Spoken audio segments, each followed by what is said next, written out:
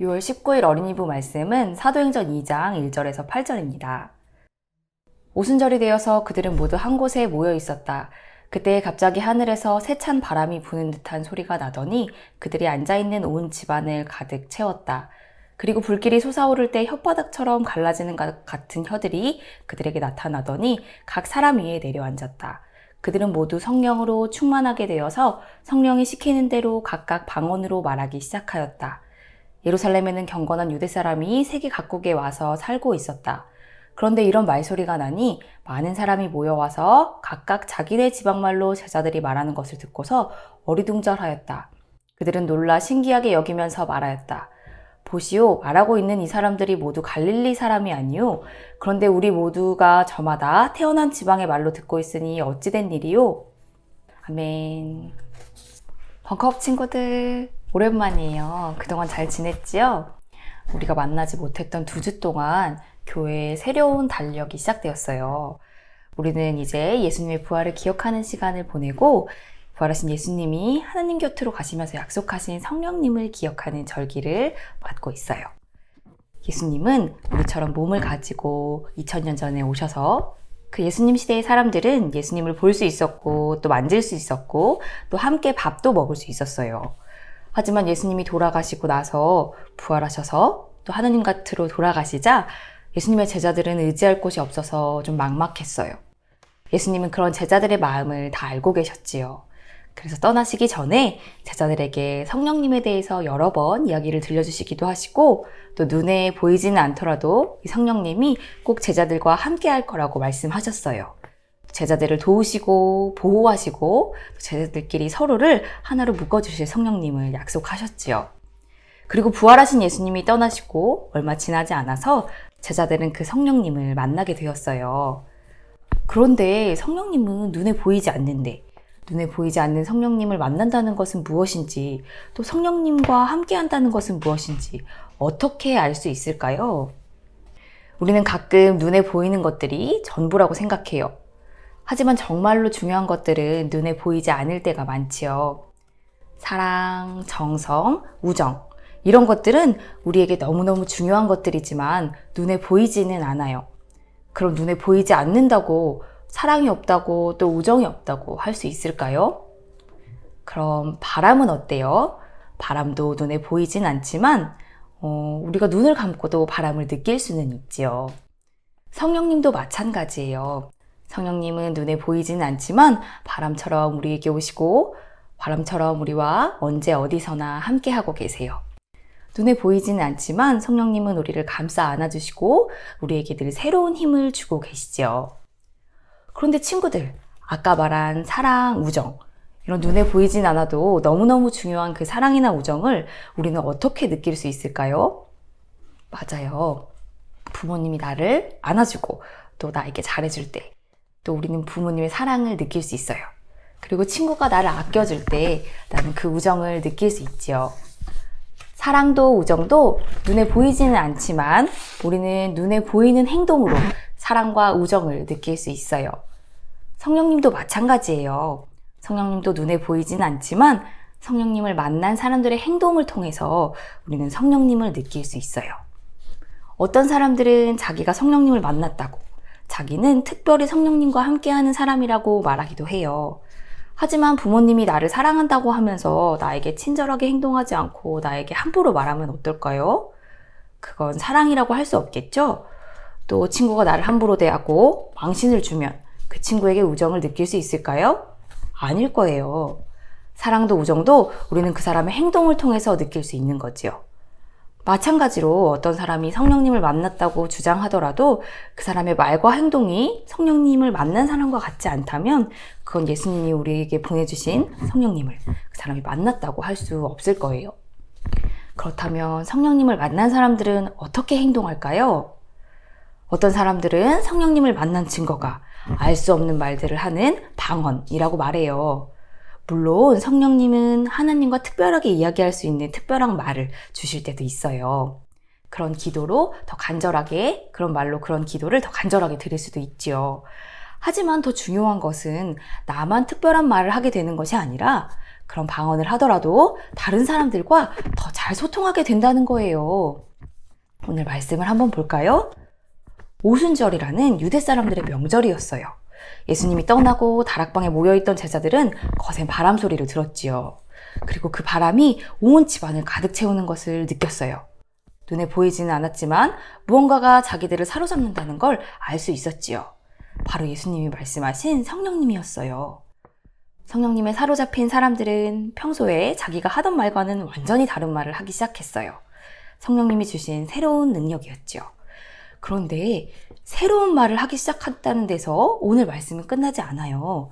8절에는 더 중요한 사실이 나와요. 제자들이 성령님을 통해서 완전히 새로운 말을 할 수 있게 되자 다른 사람들이 모두 그 말을 알아듣게 되었다는 사실이에요. 성령님은 우리가 평소에 하던 생각들을 바꾸시고 평소에 하던 미워하는 말, 무시하는 말과 같은 말들을 새로운 말로 바꿔주세요.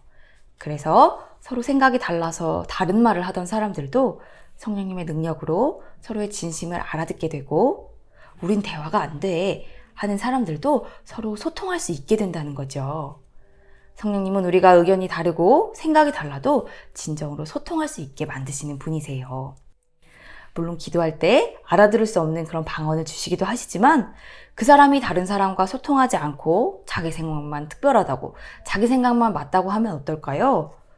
그건 성령님이 주신 선물이 아니라 자기가 혼자서 성령님의 선물이라고 생각하는 걸지도 몰라요. 성령님을 만난 사람은 평소에 하던 미워하는 말, 무시하는 말, 불평하는 말을 하는 사람에서 사랑하는 말, 존중하는 말, 감사하는 말을 하는 사람으로 바뀌게 돼요.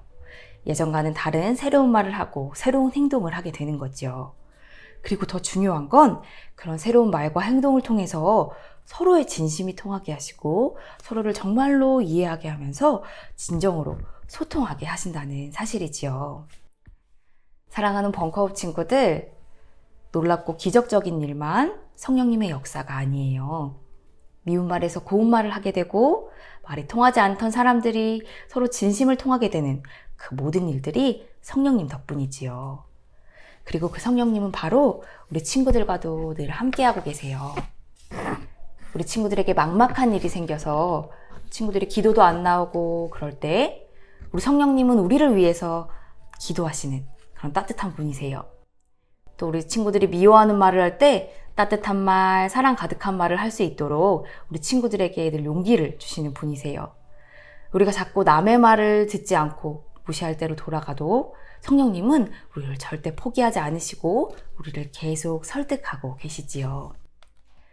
눈에 보이지는 않지만 늘 우리 안에서 우리와 함께 하시는 우리 성령님을 친구들이 느낄 수 있기를 기도할게요. 그래서 예전과는 다른 새로운 말들을 하고 또 그 새로운 말들로 다른 사람들과 진심으로 소통하는 놀라운 일들을 우리 친구들이 경험할 수 있게 되기를 벙커업 선생님들이 늘 응원하고 기도하겠습니다. 성령님, 늘 우리와 함께 해주셔서 감사해요. 우리는 걱정하는 말, 불평하는 말, 미워하는 말을 많이 해요. 이제 우리도 새로운 말과 새로운 행동을 할 수 있도록 성령님 우리를 인도해 주세요. 그래서 서로 말이 통하지 않던 사람도 서로의 말을 이해하게 하시고 진심으로 서로를 이해하고 존중하는 놀라운 일을 우리도 경험하게 해주세요. 예수님 이름으로 기도드립니다. 아멘. 하나님은 너를 지키시는 자 너의 우편에 그늘 되시니 낮에 해와 밤에 달도 너를 해치 못하리. 하나님은 너를 지키시는 자 너의 환난을 면케하시니 그가 너를 지키시리라. 너의 출입을 지키시리라. 눈을 들어 산을 보아라. 너의 도움 어디서 오나. 천지 지으신